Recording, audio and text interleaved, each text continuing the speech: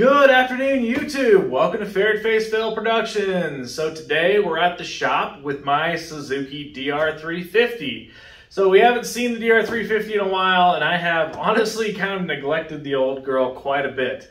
We're just with the shop and everything else being so busy, and she was sitting in the garage, not being ridden really. So this bike hadn't been started since, it's at least last year at the very minimum. It's been probably 6 months since she was started, maybe longer. I did start her this morning for a little bit, but we've got some things to work on here. So for a little while, I've been trying to decide in 2023, do I want to keep the old DR350? This is my favorite dual sport I've ever owned. I've got a lot of dirt bikes, Beta X trainers, the GPX bikes, the Riehu, even my Beta 390. This is my favorite dual sport.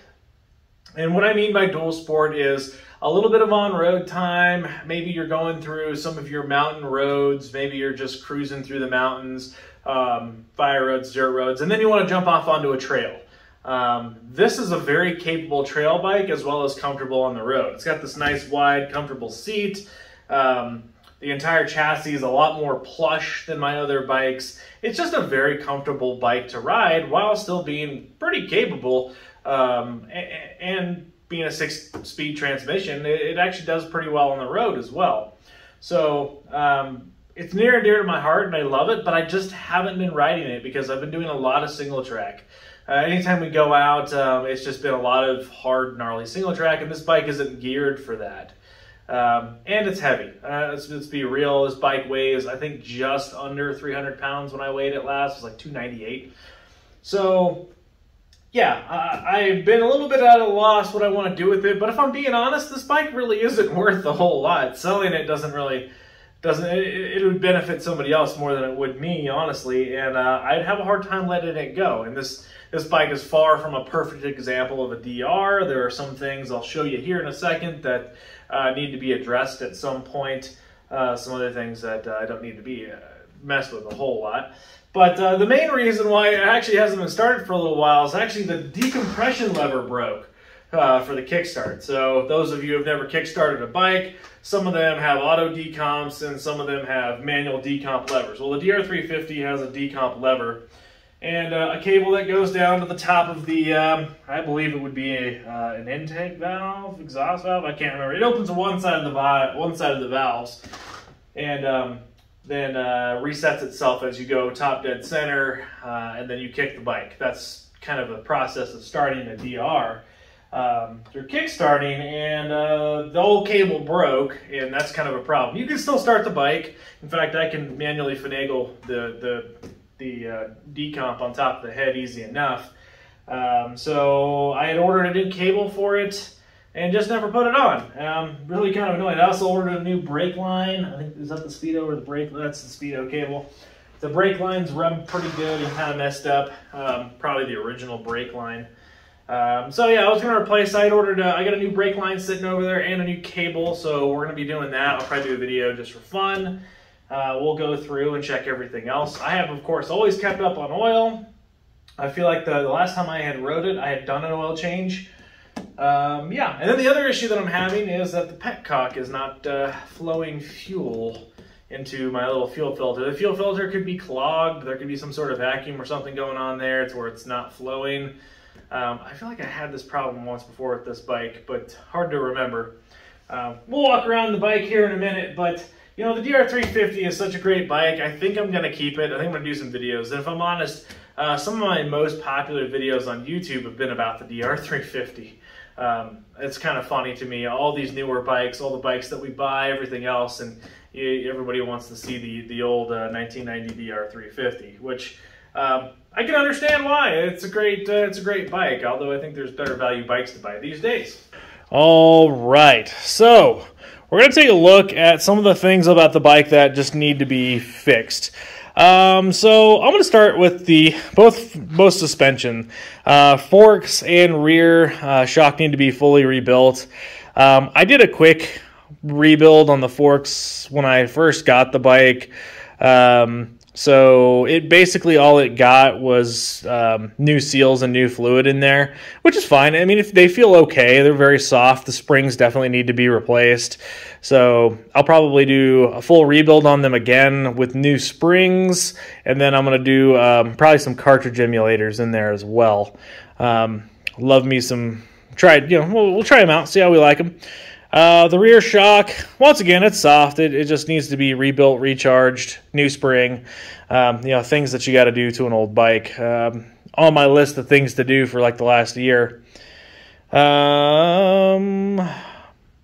Some other things that I'll address is, since I already had the decomp lever cable brake, so this is the decomp right here.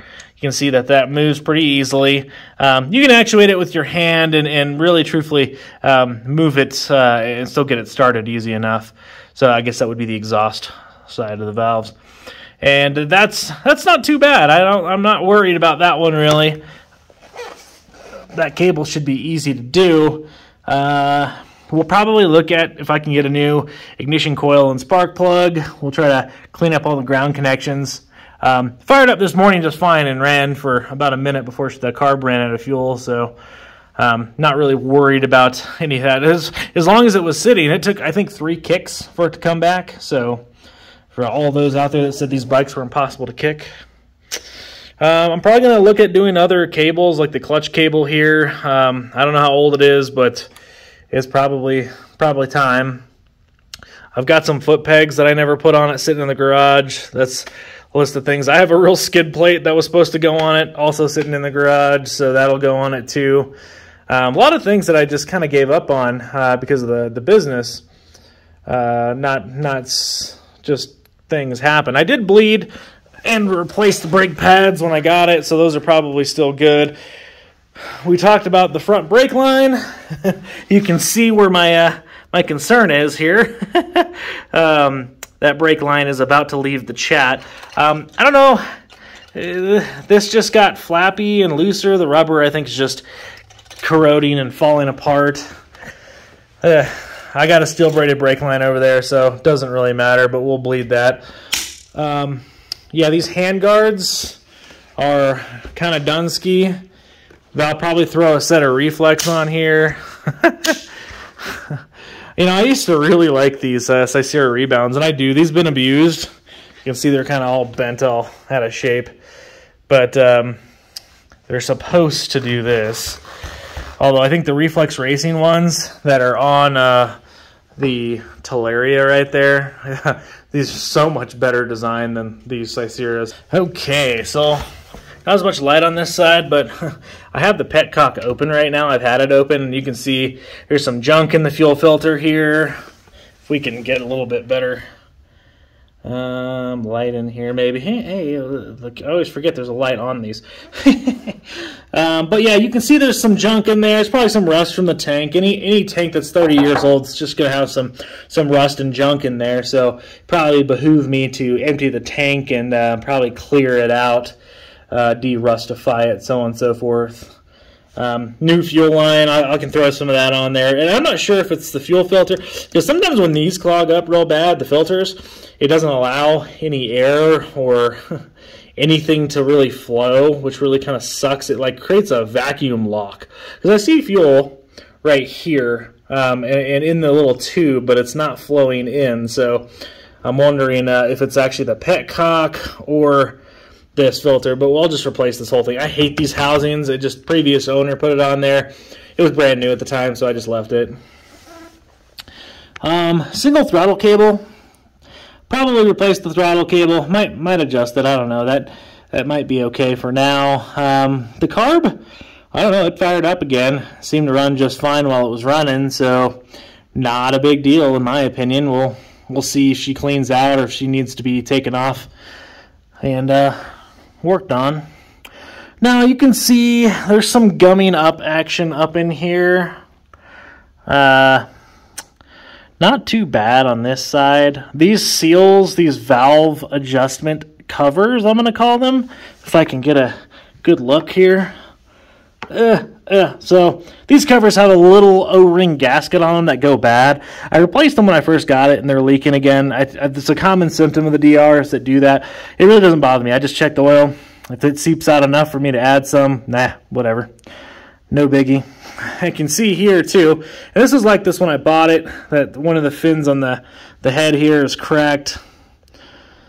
Nah, it's never affected anything. Is that ideal? No. But the engine runs phenomenal, so it really, if it doesn't bother anything and there's not any other major cracking, I wasn't going to cry about it. I'm not really sure. It must have fell and hit a rock. It's pretty far in there. It's a really odd place to have damage. This side, I don't know, we can see that it's been leaking worse here. And I checked the oil when I ran it earlier for a little bit, and yeah, it looked like the oil level is good, but it's definitely been seeping oil out of that. I'll have to replace those seal covers. Kits are doing okay for now. I still need to do the conversion on the rear to go to hard inserts because this has a cush drive. Nothing wrong with the cush drive. It's just kind of a weird thing for a dirt bike. Everything else on the bike is pretty good though, as far as me running through looking at maintenance items I need to do.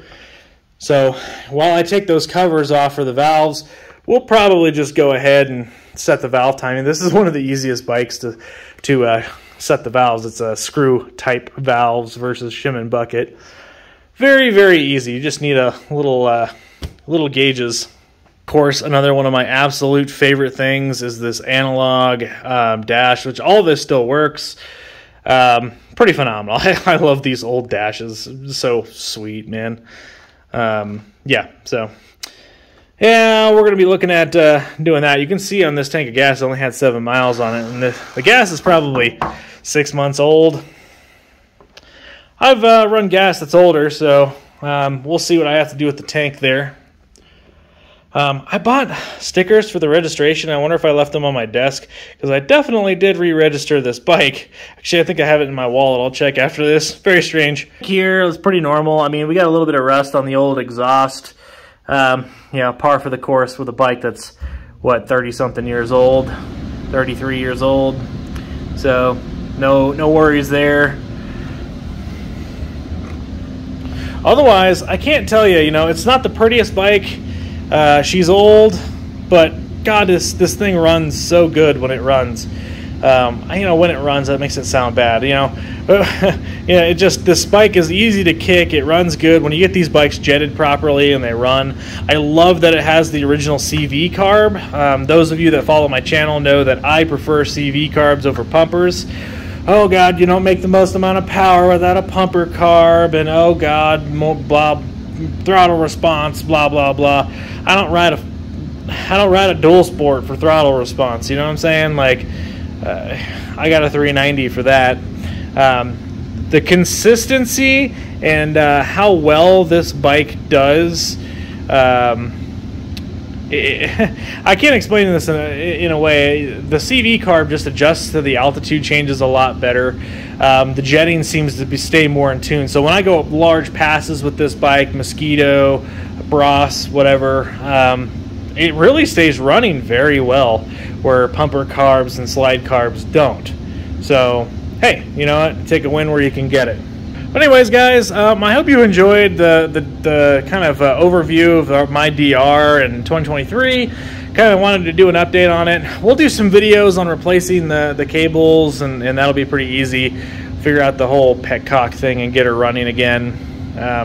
I really love this bike. If you've never had one, I actually might go look for an E-Start model, a 98 or something like that, and just to have another E-Start model to play around with. I don't know. Love these classic old air-cooled dual sports, though. The 350 really bridges a gap that had always been, between the 250s and the bigger 400s, I think. So, the 350 is a great motor.